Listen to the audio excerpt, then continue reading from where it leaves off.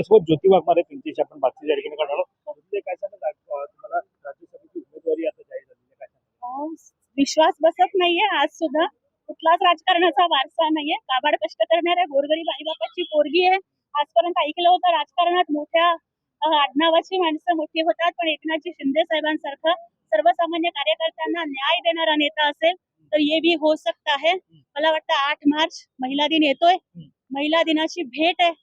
लाडक्या भावानं लाडक्या बहिणींना दिलेली ओवाळणी आहे. माझी उमेदवारी माझी नाही, महाराष्ट्रातल्या 2.5 कोटी लाडक्या बहिणींची ओवाळणी आहे. ज्या बाबासाहेबांनी आम्हाला माणूस म्हणून जगण्याचा अधिकार दिला, त्यांच्या हातातल्या पेनाची, जिजाऊच्या हातातल्या तलवारीची, सावित्रीमाईच्या हातातल्या पाटीची उमेदवारी आहे. ताई, तुम्हाला उमेदवारी जाहीर झाल्यानंतर एकंदरीत सरप्राइझिंग नाव समोर येईल असं वाटलं होतं, काय सांगाल? खरं तर मलाच विश्वास बसत नाहीये की मला उमेदवारी मिळालेली आहे.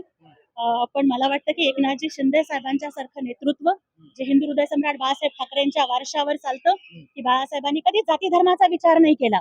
ते नेहमी म्हणायचे की शिवसैनिक हीच तुमची जात आणि तोच तुमचा धर्म, आणि तोच विचारांचा वारसा साहेब चालवतायत.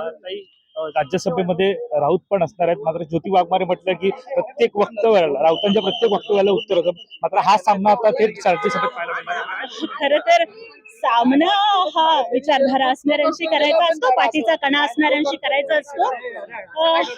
त्यांच्याशी काय सामना करायचा की जे महिलांना फोनवरती अश्लील शिवीगाळ करतात, त्यांच्याशी काय सामना करायचा की जे लोक महिलांच्या वरती अदवा तदवा बोलतात.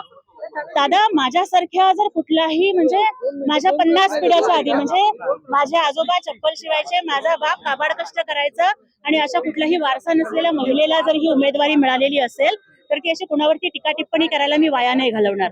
शोषितांचा, गरिबांचा, वंचितांचा, दलितांचा, पाड्यावरती तांड्यावरती राहणाऱ्या गोरगरीब झोपडपट्टीमध्ये राहणाऱ्या, ज्यांच्या विकासाचे प्रश्न अजूनही मूळ प्रवाहात आलेले नाहीयेत ना, त्यांचा आवाज बुलंद करण्याचं काम गल्लीतनं निघालेली पोरगी दिल्लीत करून दाखवेल. की अजूनपर्यंत घरी कळलेलं नाहीये, काय सांगा? मलाच माहिती नव्हतं. समोर जाल, आई वडिलांसमोर जाल तेव्हा मला नाही वाटत मी काही बोलू शकेन, कारण ती माझी भावना आई वडिलांच्या समोर शब्दात मांडता येईल अशी ताकद कुठल्याच शब्दांमध्ये नाहीये.